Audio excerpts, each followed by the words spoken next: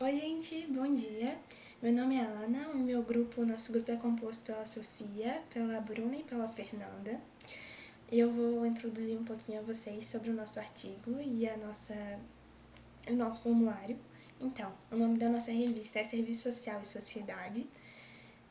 E o nome do nosso artigo é Desigualdades e Privação de Direitos na Sociedade Capitalista e Suas Expressões no Brasil.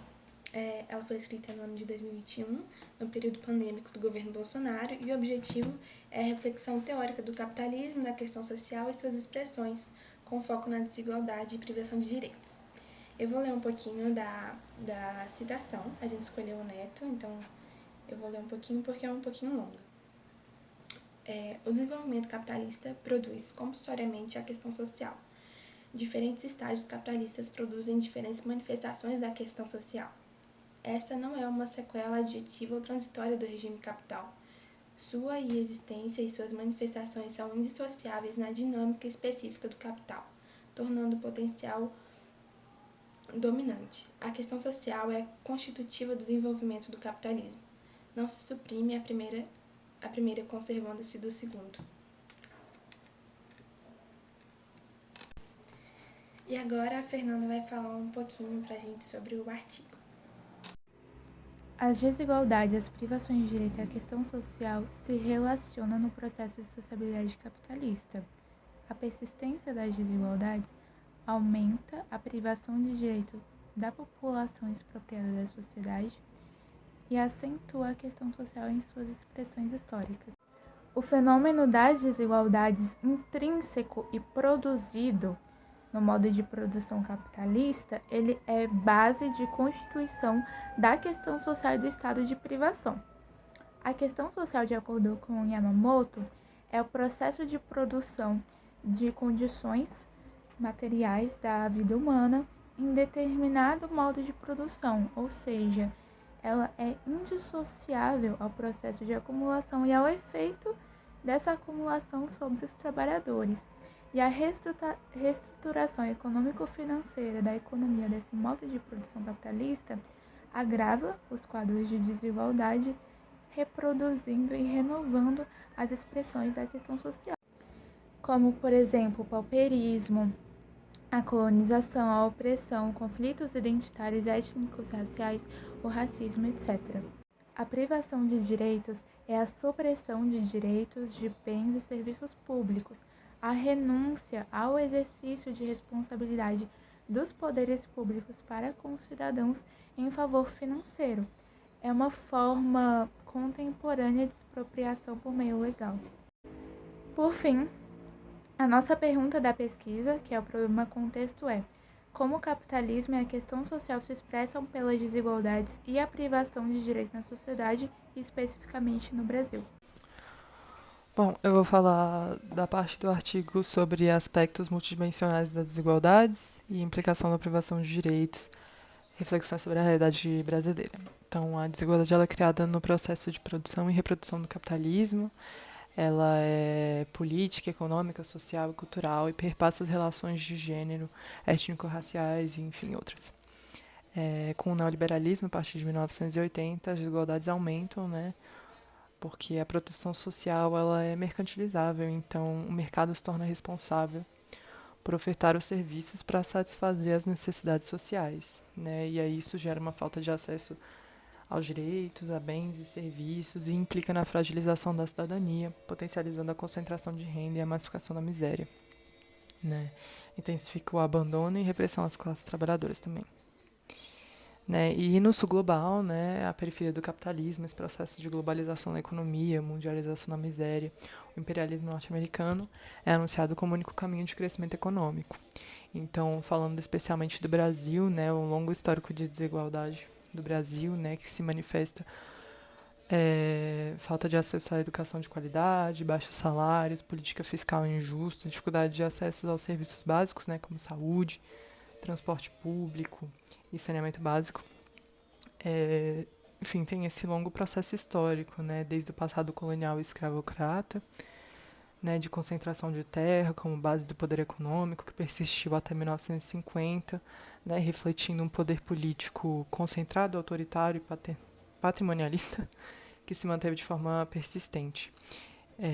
Das décadas de 1960 a 1970, na ditadura militar, teve um crescimento econômico acelerado, né, o chamado milagre econômico, mas que, na verdade, mostrou uma ampliação no grau de concentração de renda, e os fatores externos, né, da crise do petróleo, por exemplo, finalizam o processo desse crescimento econômico e dão início a um longo período de expansão da taxa de inflação, né, na década de 1980 até a década de 1990.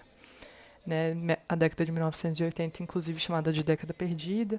A de 1990 vai ter uma estabilização dos preços pelo plano real, mas não tem uma alteração significativa, né, para as classes trabalhadoras, né, porque não tem políticas efetivas de distribuição de renda. E conforme os dados do IPEA de 2012, né, na primeira década do século XXI, né, no Brasil, a situação de desigualdade econômica se reverteu, né, principalmente devido à promoção de políticas públicas de distribuição de renda, como Bolsa Família, o aumento do salário mínimo acima da inflação, etc. Mas hoje os dados indicam que o Brasil caminha um caminho contrário à diminuição das desigualdades devido às altas taxas de trabalho subutilizado e desemprego, e ao crescimento da informalidade e à diminuição das famílias atendidas pelo programa Bolsa Família.